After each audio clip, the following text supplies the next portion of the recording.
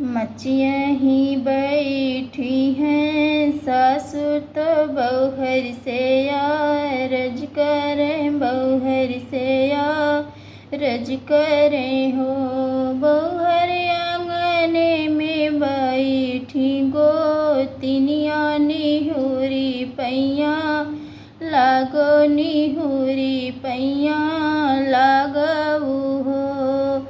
एकताऊ भारी चुनरिया दूसरे लंबा घूघट दूसरे लंबा घूघट हो। सासु मोरे गोदी बालकाना दान में कैसे पैया लागो मैं कैसे पैया लागऊ हो।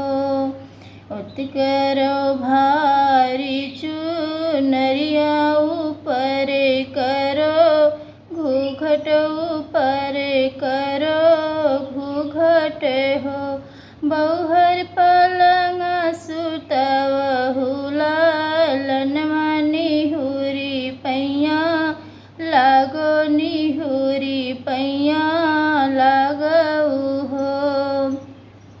एकताऊ धाना से धान तीन तो पुत से पुत वैती नहीं हो। बहु सासु अपने सजन दुलारी मैं कैसे पैया लागो मैं कैसे पैया लागऊ हो। सासु अपने सजन लारी मैं कैसे पैया लागो मैं कैसे पैया लगाऊ हो। हमरे ही धाना से धान तीन तो नाती से पुत वैतीनी हो। बौहर हमारे ही बेटा के लारी निहुरी पैया लागो निहुरी पैया लागऊ हो।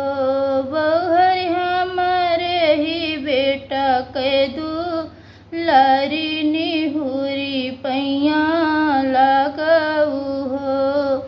तोहरे ही धाना से धान तीन तो नाती से पुत वैतीनी हो। सासु तोहरे ही बेटा के लारी तू ही ने पैया लागो तू ही ने पैया लागऊ हो। सासु तोहरे ही बेटा के लारी तू ही ने पैया लागो तू ही ने पैया लागऊ हो।